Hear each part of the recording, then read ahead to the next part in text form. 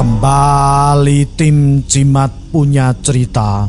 Cerita ini dikirimkan oleh Bapak Bajuri Ngumpak Dalem dengan judul Misteri Pedukuhan Kuangin Rejo yang Hilang.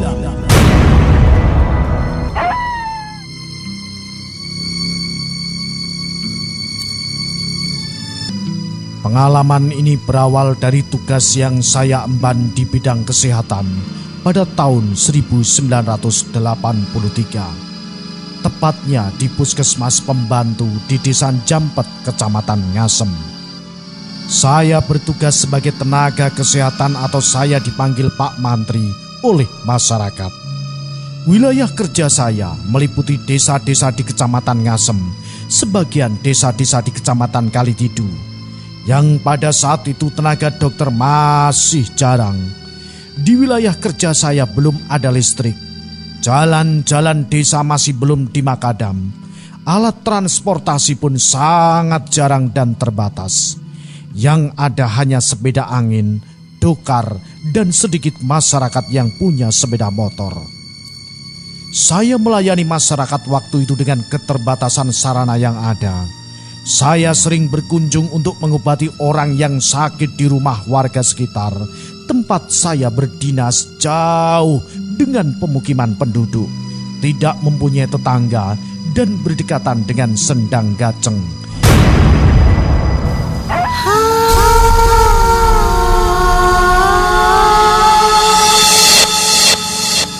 Yang terlihat seperti menyimpan misteri dan kelihatan angker. Setiap hari puskesmas buka seperti biasa. Saya memberi pelayanan kesehatan kadang sampai malam hari, dan saya ditemani oleh warga setempat yang membantu tugas-tugas saya yang biasa dipanggil Kang Junaidi.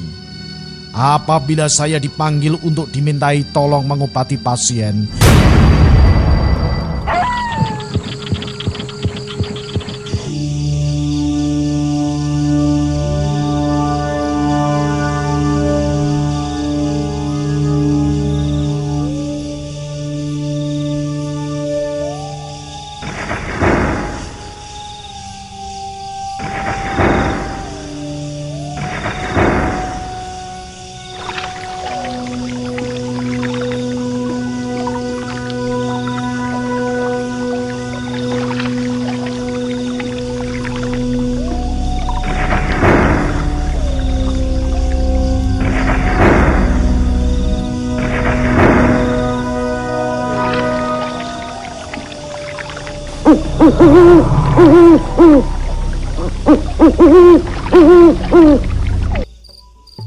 waktu itu malam Jumat, tepatnya kira-kira hampir maghrib, saya kedatangan tamu, seorang warga yang tidak saya kenal namanya.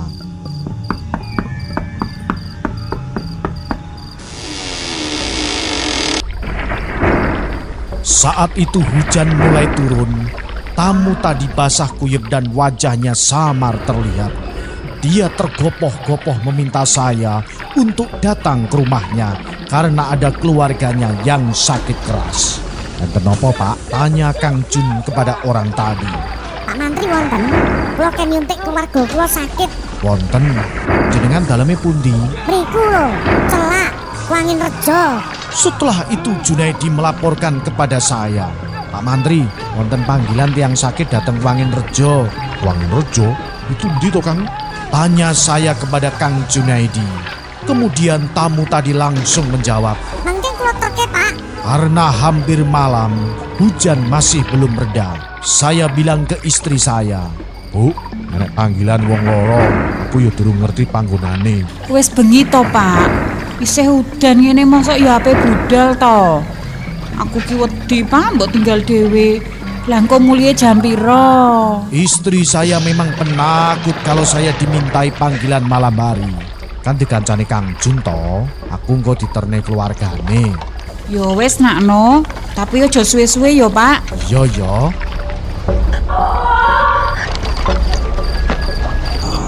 Kemudian saya menyiapkan alat-alat dan obat-obatan untuk dimasukkan di dalam tas. Saya berjalan diiringi tamu tadi. Saya jalan kaki karena jalan licin tidak bisa dilewati sepeda motor.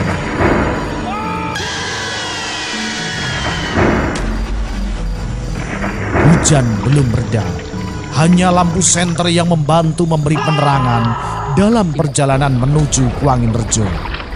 Orang tadi berjalan terseok-seok karena melewati pematang sawah. Bulu kuduk saya merinding, tapi saya tetap berjalan. Sebetulnya saya curiga, kenapa orang tersebut diam, tidak bicara kalau tidak saya yang bicara dulu.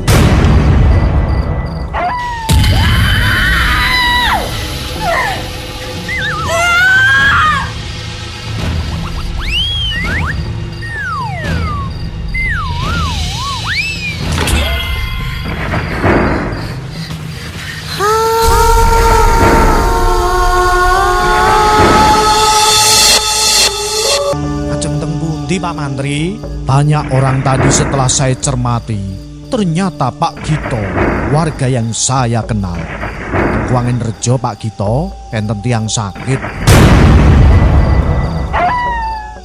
Jenengan piyambak, kata Pak Gito agak heran. Niki diterne keluargane sing sakit. Nggih Pak, sing atos-atos, kata Pak Gito.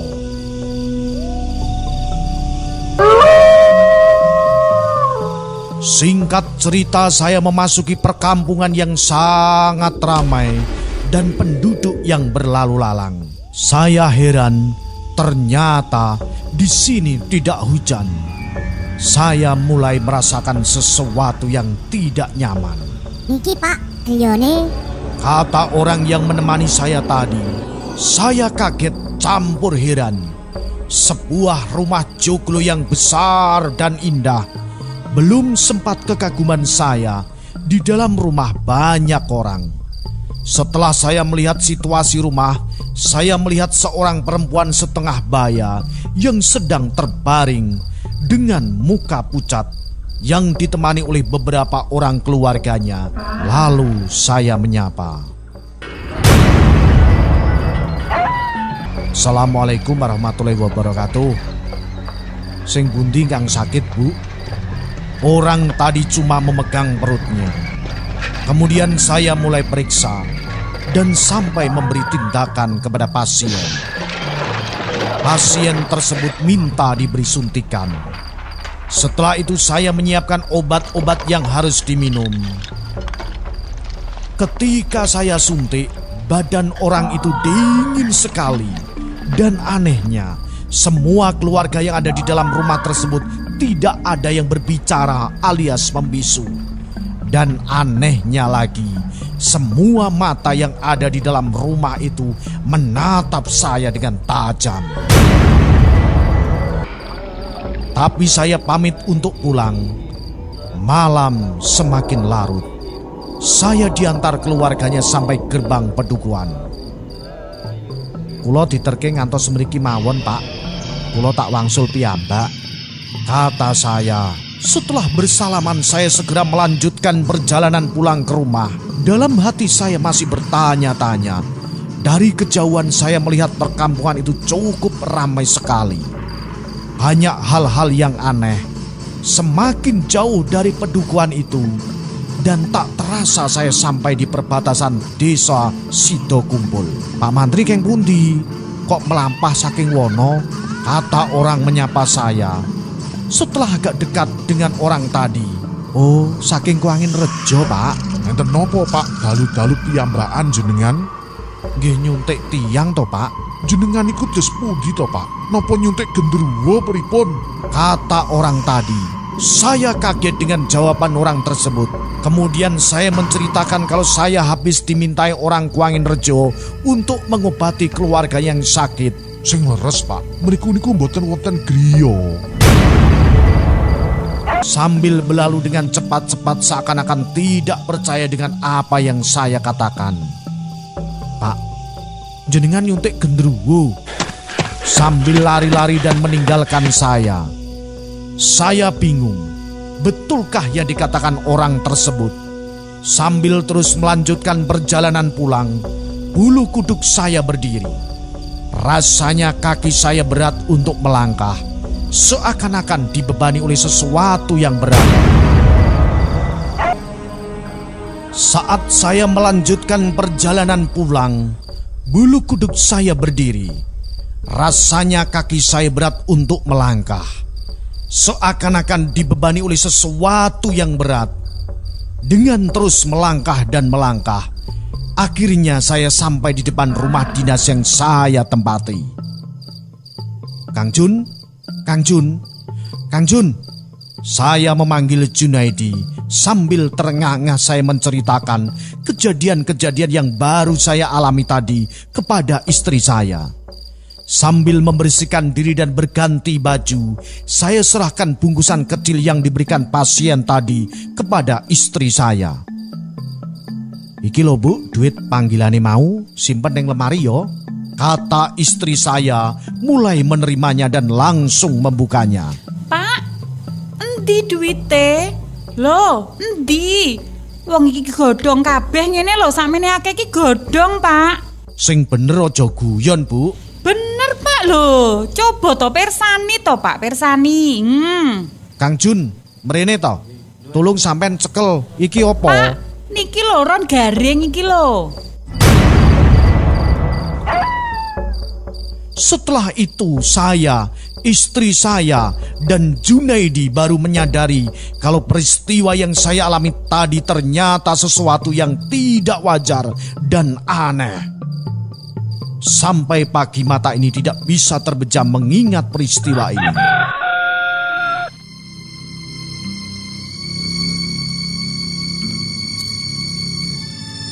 Pagi harinya saya melayani pasien seperti biasanya, tapi beberapa orang pasien pada kasak kusuk. "Dek, jerelik kita, dek wingi Pak Mantri ning kuangen nyuntik wong loro." "Kuangen ngendi ana omah? Anane greng karo alas ngono lho." Suara omongan pasien-pasien yang masih antri untuk saya layani. Saya mendengar semua pembicaraan mereka. Setelah selesai pelayanan di puskesmas, saya meminta Junaidi untuk mengantar saya ke Kuangin Rejo. "Kang Jun, ayo terne aku ning Kuangin Rejo." "Nggih, Pak." Saya dibonceng Junaidi naik sepeda motor menuju Pedukuhan Kuangin Rejo. Jalan masih belum kering, bekas hujan tadi malam. Dengan hati-hati saya cermati setiap jalan yang saya lewati tadi malam. Setelah sampai Kuangin Rejo, alangkah kaget dan terheran-heran saya. Ternyata hanya terdapat hutan belantara dan tidak ada pemukiman penduduk.